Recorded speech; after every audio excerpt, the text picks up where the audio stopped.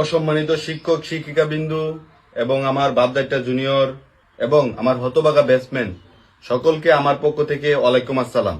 উপস্থিত সবাইকে ধন্যবাদ না জানিয়ে আমার এই আজকের ঐতিহাসিক বক্তব্য শুরু করছি, কেননা ধন্যবাদ দিলে সবাই মনে করবে আমি সিরিয়াস। হুট করে 10টা বছর চলে গেল, এই 10টা বছর মন দিতে পারিনি লেখাপড়ায়, মন দিয়েছি কুদ্দুসের মেয়েকে।